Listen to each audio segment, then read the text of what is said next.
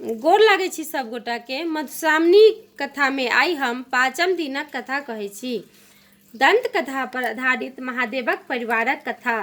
दक्षक यज्ञ में सती के प्राण त्यागलाक बाद दक्ष प्रजापति हिमालय रूप में अवतार लेलनि।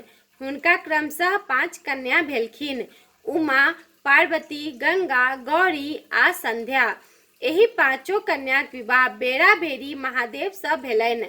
उमा हिमालयक पत्नी मनायनक पहिल पुत्री जखन 5 वर्षक भेली तखनहि महादेव के वर रूपे प्राप्त करबाक कामना सँ तपस्या करबाक हेतु वन विदा भेली।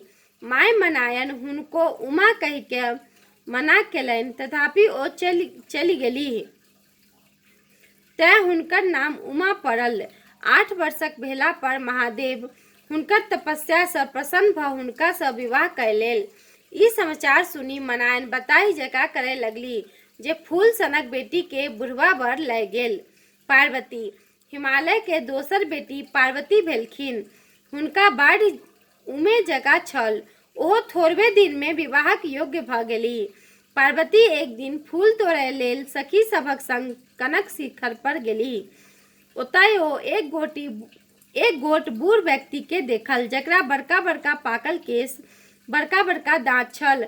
ओ बसहा पर चढ़ल डमरू बजबैत छल। पार्वती चिन्ह गेली जे ओ आन केओ नहीं, साक्षात महादेव छथि। पार्वती सखी सबक मनो केला पर ओकरा सबके घर विदा कय अपने महादेव संग बसहा पर चढ़ि चलि गेली। सखी सब घर आबि मनायन के सब बात कहलनि। ओ अपन कपार झाँटय लगली जे हमरा कपार में की लिखल अछि जे एना भ जाइत अछि, किंतु आब जे भ गेल तकर कोन उपाय। गंगा हिमालय के तेसर बेटी भेलखिन। गंगा ओहो जखन पैघ भेलखिन तखन एक दिन महादेव भिखारी के रूप में आबि गंगा के अपन जटा में नुकाय भागि गेलाह। मनायन जखन ई बुझलखिन तखन फेर माथ कपार झाँटय लगली जे ई बुढ़बाक इएह धंधा छैक जे हमर बेटी सबके चोरा कय लय जाइत अछि। तहिया सँ गंगा सतत महादेवक जटा में रहय लगली।